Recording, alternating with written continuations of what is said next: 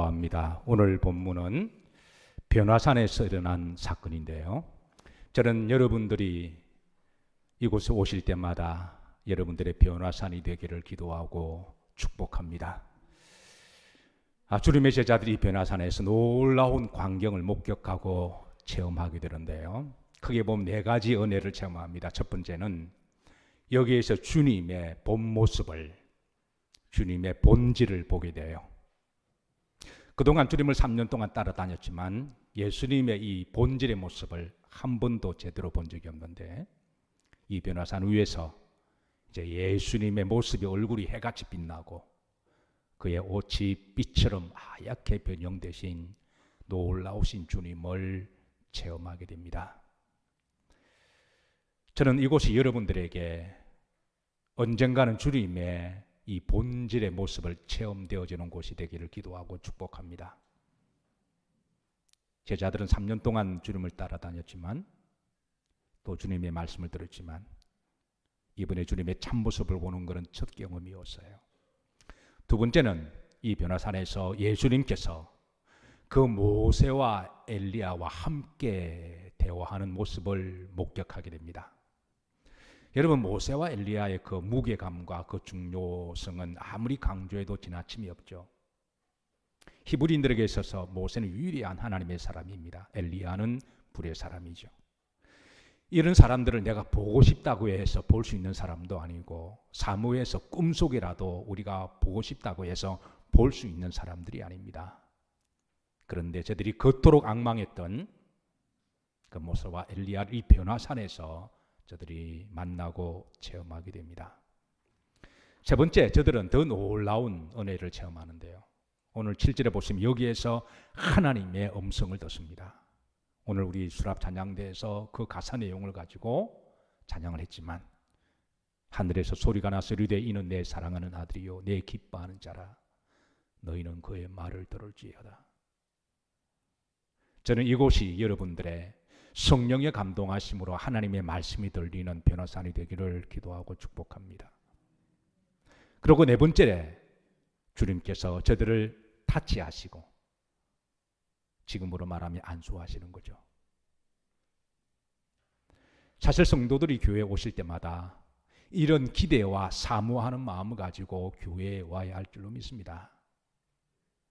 그리고 이곳이 나의 변화산이 되게 하시기를, 그리고 우리가 기도하고 사모하면 하나님 우리에게 예비하신 은혜를 주실 줄로 믿습니다. 자, 그런데 예수님이 12제자 가운데 몇 사람만 이런 놀라운 은혜와 광경을 목도했을까요? 우리가 지난번 말씀을 봤지만 예수님이 우리가 올라가자, 큰 산이라 그랬습니다. 큰 산에 올라가자, 높고 험한 산에 올라가자 그랬을 때에 12제자 가운데 3사람만 따라 올라갑니다. 누구죠? 베드로, 야고보, 요한입니다.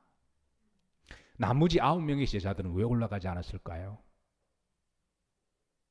아마 피곤했을 거예요.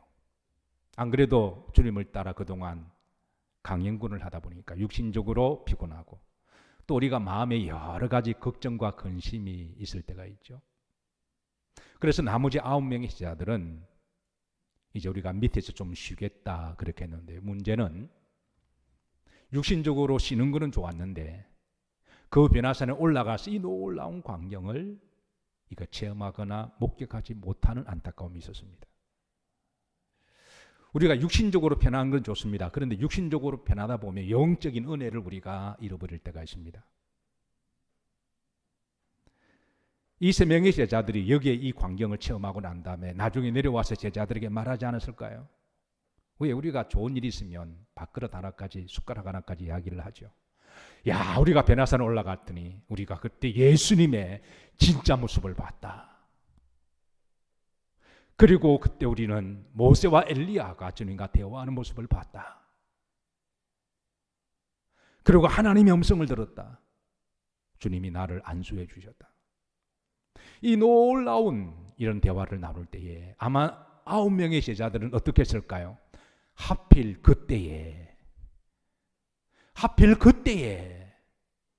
우리가 올라갔었으면, 그러니까 그때에 올라가지 아니했고 올라가지 않았을 때에 그런 은혜를 체험하게 대한 그런 안타까움이 있었습니다.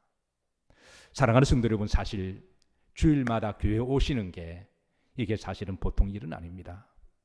믿음이 좋은 사람들에게 있어서는 그는 자연스러운 신앙의 발걸음이지만 어떤 사람은 육신적으로 한 주간 동안에 세상에서 거칠고 살아보니까 피곤하기도 하고 힘들기도 하고 바쁘기도 하고 어떤 사람은 아프기도 하고 일도 많기도 하고 또 가야 할 곳도 있고 그렇게 해서 어떨 때 빠지는데 하필 그때에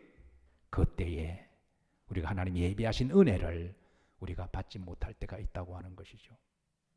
사랑하는 성도 여러분, 마태복음 24장에 주님이 종말 때에 항상 깨어 있으라 말씀하시고 어느 때에 주님이 임할는지 알 수가 없다 하셨는데요. 하필 여러분이 빠졌을 때에, 하필 시험에 들었을 때에, 하필 흔들렸을 때에, 그때 더욱더 주님 품으로 들어오시면 하나님이 예비하신 은혜가 있는 줄로 믿으시기를 주의 이름으로 축복합니다. 어쨌든 이곳이 여러분들의 변화산이 되셔야 돼요. 자, 2절에 보시면 자, 주님의 변화된 얼굴의 모습, 그 외형을 드러내시는데요. 변형되사 얼굴이 해같이 빛나시고 온몸에 광채가 나는. 근데 왜 이 모습을 보여주셨을까요? 그거는 예수님이 이제 메시아이심을 자기 공개적으로 하신 사건이십니다. 우리는 그동안 마태복음을 쭉 강의하면서 예수님이 공생애를 시작하시고 그때는 예수님이 자기를 공개적으로 드러내지 아니하시고 그리고 이렇게 이제 복음을 전하셨습니다. 그리고 때가 되셔서 이제 마태복음 16장에 오시게 되면 이제는 얼마 남지 않고 십자가 달려 돌아가시고 이 구원의 사역을 이루셔야 되기 때문에 이제는 가까이 있는 이들에게 먼저 자기를 공개하십니다. 그래서 마태복음 16장에는 인자를 누구로 하느냐? 사람들이 나를 누구로, 너희들은 나를 누구로 보느냐? 주는 그리스도십니다. 바요나 시몬아 내가 복이 있도다. 그러니까 공개적으로 주님을 이제 커밍아웃 하시고 드러내십니다. 마태복음 17장에 와서도 이제 변화산에 올라가신 목적이 이제는 구약에서 예언하신 바로 그 메시아이심을 공개적으로 드러내시기 위함이십니다. 사실 예수님의 제자들은 예수님의 본 모습 그동안 한 번도 제대로 본 적은 없어요. 주님의 제자라고 남들이 제자라고 불러주니까 믿음이 대단한 것처럼 보이고 또 주님을 따라다니면서 믿음이 좋은 것처럼 보이며 또 나름대로 헌신도 하고 열심히 일을 하기는 했지만 그러나 그 종교적으로 열심히 한다고 해서 영적인 본질을 체험을 한다는 것은 그건 다른 문제거든요. 때로는 남들이 제자라고 부르기도 하고 우리도 그렇잖아요. 신앙생활을 꽤 오래 하신 경우도 있고 때로는 직분을 받기도 하고요. 또 교회에서 열심히 봉사하다 보니까 세상 사람이 볼 때는 야, 저 사람 믿음이 대단하다라고 평가할 수 있지만 그러나 어떤 경우는 한 번도 예수님을 인격적으로 영적으로 주님의 본체의 모습을 체험하지 못한 사람도 의외로 많이 있다라는 거예요. 사랑하는 성도 여러분, 그렇다고 우리가 날마다 주님의 영적인 체험을 할 수는 없지만 그래도 언젠가는 이 변화산의 영적 체험이 우리 여정 가운데 한 번은 있으시기를 주의 이름으로 축복합니다. 이 변화산에서 주님의 자신의 본 모습을 이제 제자들에게 보여주신 거예요. 내가 바로 그 메시아다.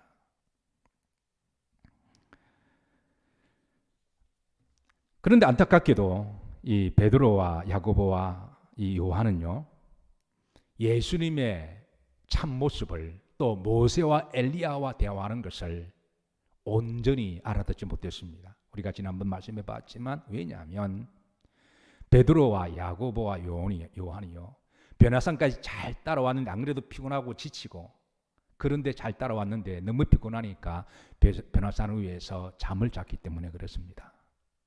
여러분 교회 잘 오셨습니다. 그런데 오셨으면 여러분 예배 시간만은 집중하시고 신령과 진정으로 예배를 잘 들으시기를 주의 이름으로 축복합니다. 자다가 모세와 엘리야가 떠나려고 할 즈음에 대해서 마지막 인탑할 때 저들이 깨어나고 그때 예수님의 모습을 보고 모세와 엘리야를 봤거든요. 그러니까 모세와 엘리야와 그리고 예수님과 나오는 대화를 저들이 알아듣지는 못했으면 왜 잔다고? 비몽사몽간에 저들은 봤기 때문에 그래서 주님이 하신 말씀을 잘 듣지를 못했습니다. 여러분 교회에 오셔서 비몽사몽간의 말씀을 듣지 마시기를 주의 이름으로 축복합니다. 어떤 분은 너무 피곤하셔서 토요일 늦게까지 바둑을 두시다가요, 교회 오셔가지고 아멘을 잘못해서 아다리라고 말씀하는 분도 계시고요. 그래 주일날을 위해서 여러분은 토요일날은 시간을 좀 세이빙하셔서 심신을 좀 잘 푸시고 예배를 위해서 준비하시기를 주의 이름으로 부탁합니다.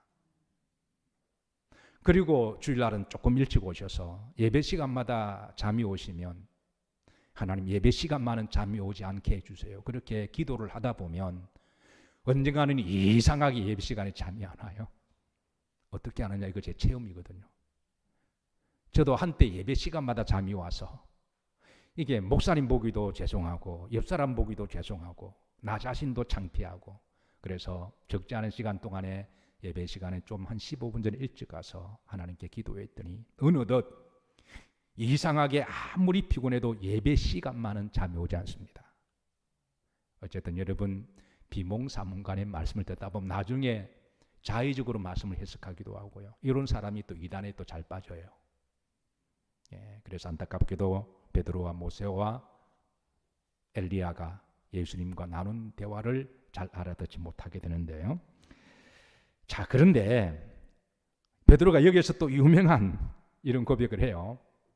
주님, 여기가 좋사오니, 여기가 좋사오니, 여기가 좋사오니. 그 변화산에서 예수님의 모습을 보고 이 놀라운 영적으로 체험하고 여기가 좋사오니. 우리가 믿음 생활하다 보면 성령을 체험하고 은혜를 받게 되면요, 교회가 너무너무 좋아서 집에 가기도 싫고 일하기도 싫고 그럴 때가 있습니다. 우리가 다 그 경험만 봐죠. 우리 교회 어느 성도님 한 분이 이제 교회에 오셔서 집에를 안 가세요. 일하러도 안 가시려고 그럽니다. 그분의 일이 닥터인데도 그래요. 제가 누구라고 말씀드리지 않을게요. 근데 교회가 너무너무 좋아서 하루는 제가 안 가서 왜 안 가냐 물어보니까 목사님 너무 좋다는 거예요. 너무 좋다는 거예요. 여러분 이것이 여러분 이해가 되시나요? 아마 은혜를 체험하신 분은 충분히 이해가 될 거예요. 그래서 제가 그랬습니다. 교회에서 충분히 은혜를 받고 기도했으면 제발 좀 집에 가라고. 우리의 미션 필드는, 우리의 선교 현장은, 우리의 야전 전쟁터는 교회가 아니라 내 직장이고 내 삶의 현장이고 가정이고 동네입니다. 제가 충분히 그 마음을 알아서, 그때는 막 은혜를 받는 주간이니까, 그 기간이니까 베드로의 고백을 했습니다. 여기가 좋사오니. 근데 주님은 그 믿음만 받으시고 나중에 내려가자 그러시거든요. 근데 베드로가 이 고백합니다. 내가 초막셋을 짓겠습니다. 여기에 초막은요, 지금으로 말하면 기도원을 말합니다. 여기에 내가 기도원을 세 채를 내가 지을 텐데, 하나는 예수님을 위하여, 하나는 누구를 위하여? 모세를 위하여, 하나는 엘리야를 위하여 하겠습니다. 참 놀라운 고백입니다. 그러니까 뭘 줘도 아깝지 않는 그만한 가치가 있다고 하는 것이죠.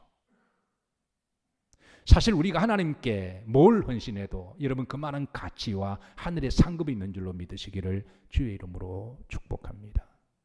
베드로의 대단한 믿음이에요. 우리가 뭐 있어서 하는 게 아니라 믿음으로 하는 거잖아요. 자, 그런데 하나님은 이 베드로의 믿음을 받으셨는데요. 근데 문제는 베드로가 자기가 이렇게 말하는 것이 무슨 뜻인지 알지 못하고 했음을 누가복음에서 알려주고 있습니다. 누가복음 9장 33절입니다. 자, 다 같이 한번 합독하시죠.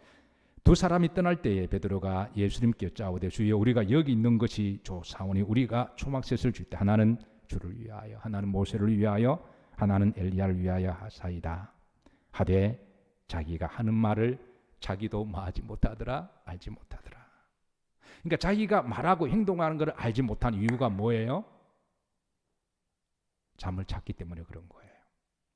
그러니까 비몽사몽간에 들었고 깨어날 때쯤 돼서 이제 예수님과 모세와 엘리야 대화가 끝났고 떠나는 모습을 보고 그 모습이 너무 광경하고 감독스러우니까 그렇게 감동에 벅차서 말을 하긴 했는데 자기가 하는 말을 잘 알지 못하고 했음을 그렇게 알려주고 있습니다. 사랑하는 성도 여러분, 성경에 보면 자신이 하는 말이 무슨 뜻인지 알지 못하고 한 대표적인 사례가 있습니다. 저는 사사기를 볼 때마다 이 사람의 이 스토리를 읽을 때 가슴이 에어지는 그런 아픔이 있는데요. 바로 사사 입다입니다. 우리가 자식을 키우는 부모 입장이라면 충분히 10배로 공감이 되는 본문의 말씀인데요.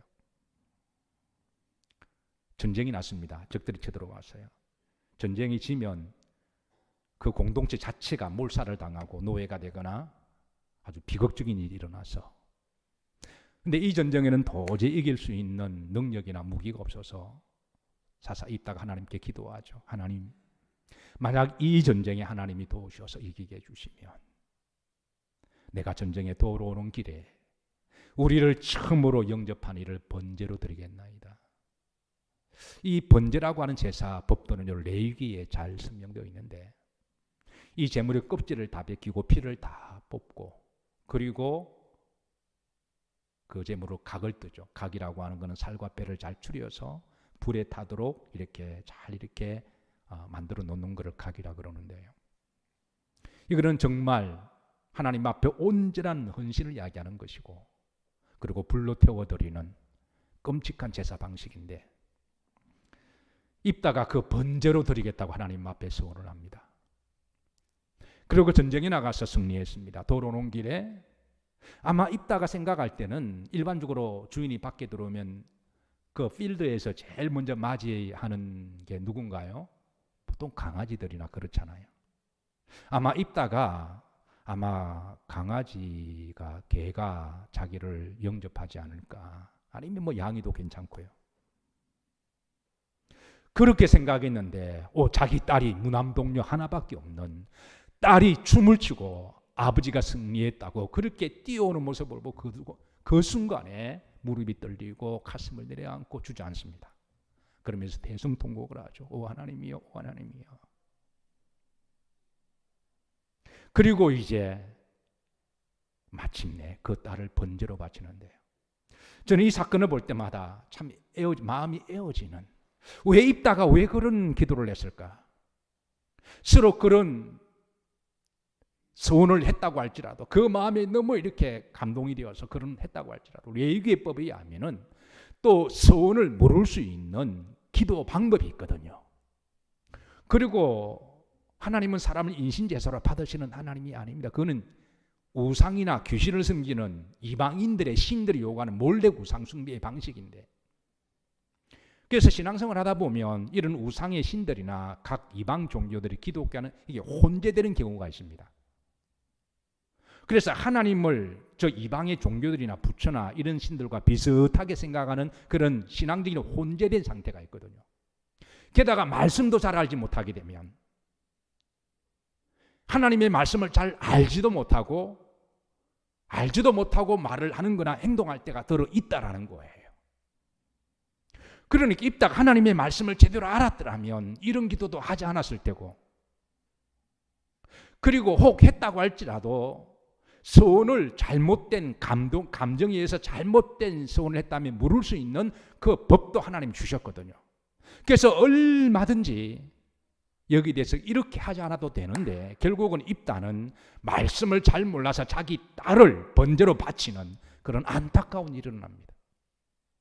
그래서 여러분, 우리가 믿음 생활하면서 하나님의 말씀을 비몽사몽간에 듣지 아니하고 그리고 어설프게 자의적으로 해석하지 아니하고 하나님이 말씀하신 대로 그대로 듣고 그대로 믿는다고 하는 게 복입니다. 베드로가 자기가 무슨 말을 한 자기도 몰랐던 거예요. 그런데 하나님은 이 베드로에게 책망치 아니하시고 바로 그 순간에 하나님이 이 베드로에게 주신 말씀이 있습니다. 그게 바로 7장 5절입니다. 자, 7장 5절 다 같이 한번 합독하시죠. 말할 때에 호련히 빛난 구름이 그들을 덮으며 구름 속에서 소리가 나시리되 이는 내 사랑하는 아들이요 내 기뻐하는 자니 너희는 그 말을 들으라 하시는지라. 하나님이 베드로의 고백을 들으시고 그래 초막셋을 지으렴 이렇게 하지 아니하시고 또 베드로에게 책망치 않아요. 왜냐하면 자기가 하는 말을 뭔지 모르고 지금 하거든요. 그런데 중요한 것은 베드로의 그 믿음은 하나님 받으셨습니다. 그 마음의 상태 그거는 받으시고 그리고 나중에 주님이 내려가자 그러시거든요. 그래서 하나님이 이 베드로에게 말씀하십니다. 중요한 것은 베드로는 이 변화산에서 예수님의 본 모습을 체험하고 모세와 엘리야도 보게 되고 그리고 더 중요한 건 하나님의 음성을 듣게 됩니다. 하나님의 음성이 이는 내 사랑하는 아들이요 내 기뻐하는 자라. 이게 두 가지 말씀을 주시는데 첫 번째는 이는 내 사랑하는 아들이요 내 기뻐하는 자라. 여러분 이 말씀은 사실 이미 하나님이 마태복음 3장에 주셨던 말씀인데요. 마태복음 강해가 이제 17장까지 가다 보니까 처음 것들은 다 지나갔으니 잊어버리셨죠. 예. 자, 다시 한번 기억을 소원합니다. 3장 16절, 17절 한번 하시죠. 합독합니다. 예수님께서 세례를 받으시고 곧 물에서 올라오실새 내 기뻐하는 자니 너희는 그의 말을 들으라. 3장 16절입니다.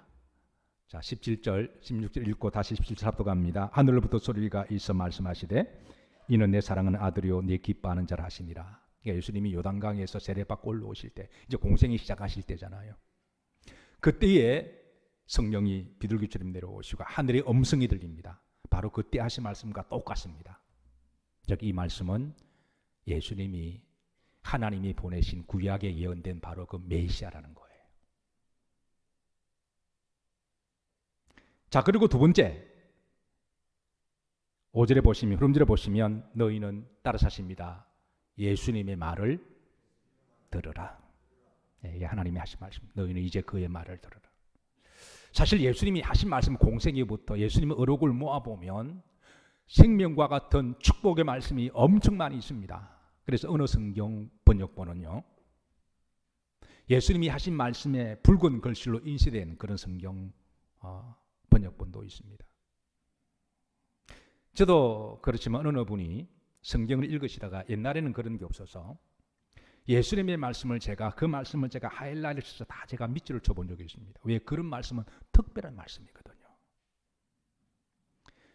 하나님이 직접 하신 말씀 구약에 밑줄을 한번 제가 다 그어본 적이 있고요. 신약이 예수님이 직접 하신 말씀 그 말씀 밑줄을 다 그어본 적이 있는데 사실 여러분 앞으로 관심을 가지시면 한번 그런 부분을 좀 포커스 온을 하셔서 한번 이렇게 밑줄을 그어보시고 그런 말씀 나올 때마다 어떤 의미로 하셨을까 깊이 한 번 더 묵상하시고 기도해 보시길 바라요. 자, 주님이 하신 말씀이 많습니다. 그 중에 몇 가지만 소개하면 요한복음 7장에 주께서 말씀하시길 따라서 나를 믿는 자는 그 배에서 생수의 강이 흘러나리라. 요한복음 7장 38절의 말씀입니다. 나를 믿는 자는 그 배에서 성령의 생수의 강이 흘러나리라. 그리고 우리가 잘 아는 요한복음 11장 23절 24절에 따라서 나는 부활이요 생명이니 나를 믿는 자는 영원히 살리라. 나는 부활이요 생명이다. 그리고 요한복음 14장 6절에도 우리가 너무 잘 아는 말씀이잖아요. 나는 그 길이다. 나는 그 진리다. 나는 그 생명이다. 나로 말미암지 않고서는 그 누구의 이름으로 그 어떤 종교라고 할지라도 하나님 나라에 들어갈 수 없느니라. 예수님 외에는 우리가 구원받을 수 있는 사람이 없다라는 거예요. 세상에 종교도 많고 위대한 지도자도 많이 있지만 그 종교나 그 지도자를 통하여 우리가 구원받는다는 것은 아닙니다. 여러분 믿음 생활하시다가 시험이 있을 때 흔들리지 마시기를 주의 이름으로 축복합니다. 다른 길은 없습니다. 우리가 하늘 날아가는 길은 다른 길은 없습니다. 오직 예수님의 이름으로 가는 거예요. 나는 그 길이다. I am the way. 여러 길 중에 한 길은 I am 내가 바로 그 길이다. I am the truth. 내가 그 진리다. I am the life. 원문에 보시면 joy라고 되어 있거든. joy는 everlasting life를 이야기합니다. 영원한 생명. 또 그리고 주님이 하신 말씀 가운데 서로 사랑해라. 내가 너희를 사랑한 것과 같이 너희도 서로 사랑해라. 너희가 서로 사랑하면 이로써 모든 사람들이 너희가 내 제자인 줄 알리라. 서로 사랑해라. 여러분, 우리가 사실 인간관계는 이 감정과의 교류라고도 관이 아닌데요. 다 내 마음에 드는 사람 없고 다 나하고 코드 맞는 사람이 없습니다. 때로는 감정적으로도 맞지 않는 사람들이 있을 때, 때로는 교회 안에서 신앙생활을 할 때 좀 꼴보기 싫은 사람들이 있을 때 항상 본질로 돌아갑시다. 따라서 하십니다. 서로 사랑해라. 내가 너희를 사랑한 것과 같이 서로 사랑해라. 명절 때 가족들끼리 만나시죠. 이제 가족들인데도 이게 영이 다르고 믿음이 다르면 이게 참 마음에 감정이 남아있어요. 그래도 오늘 주의 본질의 말씀을 너희는 그의 말을 들으라 하셨으니 여러분이 명절 때 서로 사랑하시기를 주의 이름으로 축복합니다. 그리고 요한복음에 우리가 11장 47절에 좋아하는 말씀이 있죠. 평안을 너에게 끼치노니 곧 나의 평안을 주노라. 내가 주는 평안은 세상이 주는 것 같이 아니하다. 너희는 근심하지도 말고 두려워하지 말라. 이런 불안하고 여러분의 마음이 왠지 조바심이 나고 두려울 때, 불안할 때, 근심이 있을 때 평안을 잃어버리면 흔들리잖아요. 그래서 여러분 이 말씀을 기억하시고 기도하세요. 평안을 너희에게 주노라. 곧 나의 평안을 너희에게 주노라. 내가 주는 것은 세상이 주는 평안과 다르다. 그리고 마태복음 11장 28절에도 얼마나 좋은 말씀이에요. 수고하고 무거운 짐진 자들아 다 내게로 오라. 내가 너희를 편히 쉬게 하리라. 주님이 부활하실 때 마태복음 28장에 주신 말씀입니다. 볼지어다 내가 항상 너희와 함께 있으리라.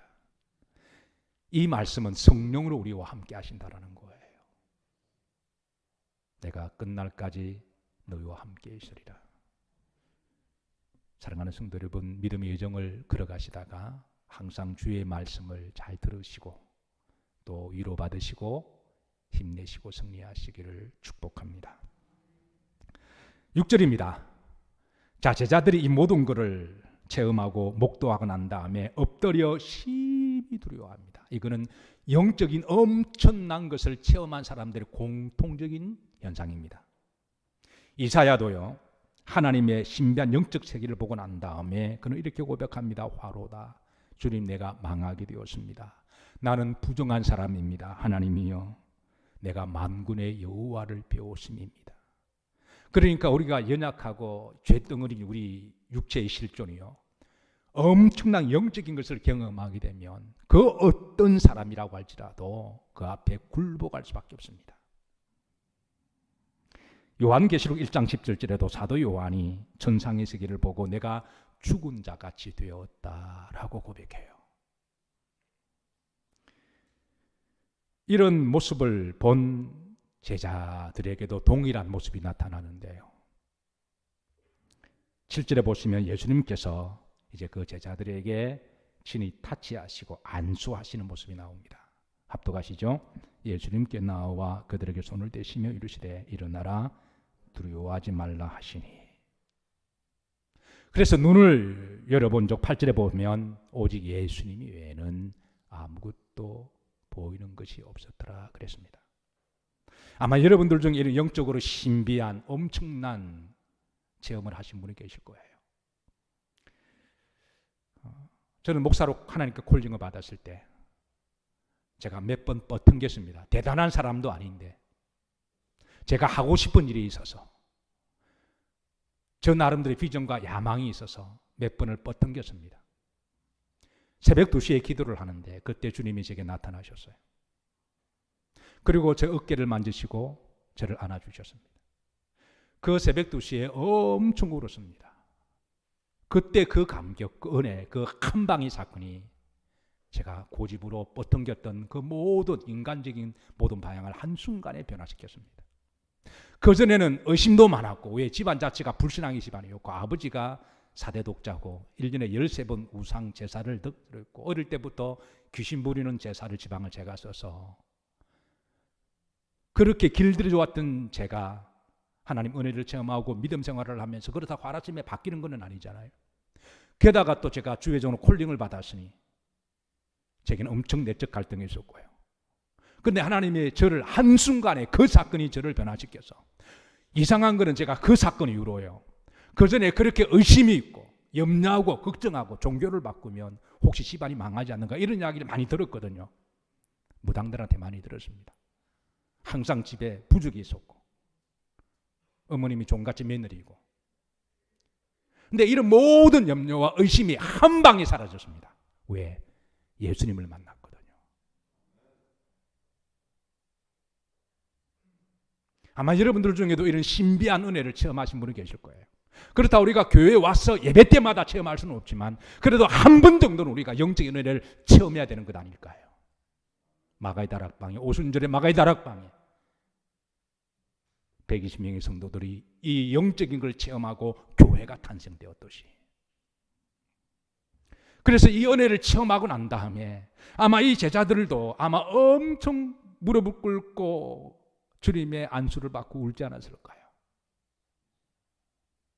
그래서 눈을 들어보니 모세도 떠났고 엘리야도 떠났고 오직 예수님만 보였습니다. 여러분, 교회 오시면 예수님만 보이시기를 주의 이름으로 축복합니다. 모세가 아무리 위대한 지도자고 홍해를 가르는 지도자라고 할지라도 그의 능력에서도 여러분 예수님보다 모세를 크게 보면 안 됩니다. 엘리야가 아무리 불에 성령의 능력의 사람이고 그가 기도할 때 하늘에 불이 떨어졌다고 할지라도 엘리야가 크게 보이면 안 돼요.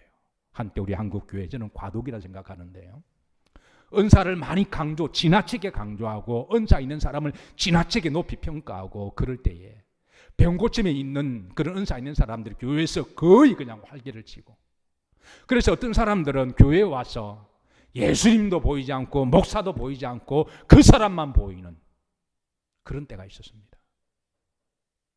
여러분, 교회에 오면 베드로도 보이면 안 됩니다. 아무리 베드로가 헌신을 해서 내가 여기에 초막셋을 지었다고 할지라도 베드로가 보이면 안 됩니다. 예수님만 보여야 돼요. 저는 여러분들이 교회에 오셔서 사람들이 크게 보이는 게 아니라 사람들이 크게 보이는 순간에 신앙의 균열이 오고요, 흔들립니다. 어떤 경우는 믿음 생활을 너무너무 잘하기 때문에 그 사람 때문에 교회에 오는 경우도 있어요. 그건 그럴 수도 있지만, 그러나 언젠가는 그 사람보다 예수님을 더 크게 보셔야 돼요. 만약 여러분들이 어떤 사람 때문에 교회에 오셨다면 언젠가는 그 사람 때문에 여러분이 시험 들 겁니다. 또 반면에 이거는 역으로도 마찬가지예요. 교회 와서 보니까 시험 든 사람이 있어요. 상처를 주고 아픔을 준 사람. 그래서 그 사람을 볼 때마다 그 사람이 생각나고, 교회에 와서 십자가나 예수님을 보지 않고 그 사람만 계속 묵상하다 갑니다. 그럼 또 시험 들어요. 그래서 교회에 와서는 아무리 믿음이 좋은 사람이 있다고 할지라도, 또 나에게 상처 주는 사람이 있다고 할지라도 오직 예수님만 보이시기를 주의 이름으로 축복합니다. 자, 주님이 때가 되셔서 이제 내려가자 그러셨어요. 변화산이 좋기는 하지만 우리의 진짜 영적인 필드는 변화산 아래입니다. 그래서 주님은 내려가자 그러셨어요. 여러분, 교회 오셔서 은혜 충만히 받으시고 우리의 죄를 고백하시고 용서받으시고, 그리고 주의 말씀을 들으시고 하나님께 비전을 보시고 치유받으시고 또 새롭게 우리가 본어겐하고 하나님께 찬양도 드리고 기도하고 우리가 충전했다면, 그리고 우리는 내 삶의 현장으로, 내 필드로 가야 됩니다. 왜? 그곳이 우리의 선교지이기 때문에 그렇습니다. 교회는 영적으로 훈련받는 곳이지 교회에서 싸우는 건 아닙니다. 그래서 어떤 분은 교회에서 싸우려고 그래요. 교회 올 때 막 전투적인 마음으로 오시는 거예요. 내가 한번 싸워버리라. 여러분, 교회는 서로 사랑하는 것이고 회개하는 것이고 용서하는 것이고 덮어주는 것이고, 그리고 우리가 다시 위로받고 성도의 정체성을 회복하고 우리가 정말 싸워야 될 필드는 여러분 세상입니다. 주님께서는 내려가자. 우리가 다음번 말씀 보겠지만 내려가서 보니까 베라산 아래서 귀신 들린 사람을 만나요. 거기에서 이제 진짜 전쟁이 일어나는 거예요. 자, 내려가다가 10절에 보면 제자들이 예수님께 묻습니다. 주님, 서기관들이요, 엘리야가 와야 그 다음에 메시아가 온다고 되어 있는데 이게 무슨 말입니까? 라고 물어요. 10절입니다. 합독합니다. 제자들이 물어 이르되 그럼 어찌하여 서기관들이 엘리야가 먼저 와야 하리까 하나이까? 아니, 예수님이 메시아시라면 우리가 베나사나에서 하나님의 말씀을 들었습니다. 또 주님이 메시아심을 드러내시고, 그럼 주님이 메시아라면 구약에 예언한 것처럼 엘리야가 먼저 와야 되는데 이게 무슨 말입니까? 라고 물었을 때 여기에 말한 그 엘리야는 말라기 3장에 있는 구약에 예언된 말씀인데요. 자, 한번 보시죠. 합독합니다. 만군의 여호와가 이르노라, 보라 내가 내 사자를 보내리니 그가 내 앞에서 길을 준비할 것이다. 내 사자 엘리야를 이야기해요. 그러니까 예언적인 말씀에 서기관들이 풀어준 것은 틀린 것은 아니었어요. 그래서 주님께서는 이 말씀에 대한 주의를 풀어주시는데 11절입니다. 합독합니다. 예수님께 대답하여 이르시되 엘리야가 과연 먼저 와서 모든 일을 회복하라. 그래, 맞는 말이다. 맞다. 하나님이 예언하셨다. 그런데 12절입니다. 왔다. 그가 엘리야가 왔다. 제자들이 무슨 말입니까? 그러니까 왔는데 너희들이 영적으로 몰라서 너희 주관적으로 임의대로 너희 멋대로 그를 대했다. 그 다음에 12절입니다. 13절입니다. 그제서야 제자들이 예수님께서 말씀하신 것이 누구인 줄을 세례 요한인 줄 알았다는 거죠. 이사야 40장 3절입니다. 합독합니다. 외치는 자의 소리여 이르되 너희는 광야에서 여호와의 길을 예비하라. 사막에서 우리 하나님의 대로를 평탄케 하라. 선지자 이사야도 앞으로 메시아가 오시기 전에 한 광야에서 외치는 선지자가 있을 것인데 그 외치는 선지자가 있으면 이제 메시아가 곧 올 것을 예언적인 말씀을 주셨고, 세례 요한은 이사야 예언대로 광야에서 메뚜기와 석청을 먹으며 주의 길을 예비하고 복음을 전했던 이가 바로 세례 요한임을 풀어주었던 거죠. 그래서 요한복음 1장 6절에 보시면 하나님께로부터 보내심을 받은 사람이신 그의 이름은 누구라? 요한이라. 그가 증언하러 왔다. 빛에 대하여 증언하고 메시아에 증언하러 왔다. 23절에 보면 이르되 나는 선지자 이사야의 말과 같이 주의 길을 곧게 하라고 광야 외치는 자의 소리다. 말씀을 정리합니다. 오늘 이 베나산의 사건은 엄청난 사건입니다. 저는 여러분들이 이곳이 여러분들이 베나산이 되기를 축복합니다. 여러분 교회 오실 때 이런 기대와 기도하고 사는 마음으로 오셔야 돼요. 그런데 안타깝게도 12명의 제자 가운데 몇 명만 올라갔나요? 빠진 제자들은 하필 그때에, 여러분이 피곤하셔서 빠지는 그때에 하나님이 준비하신 은혜가 있을 수도 있습니다. 9명의 제자에 속하지 않기를 기도합니다. 그리고 그곳에서 영적으로 체험하고요. 그리고 하나님의 음성을 듣고 주님의 안수를 받습니다. 중요한 건 예수님의 본체를 보게 된 거예요. 신앙의 본질을 보게 된 것입니다. 그리고 주님은 내려가자.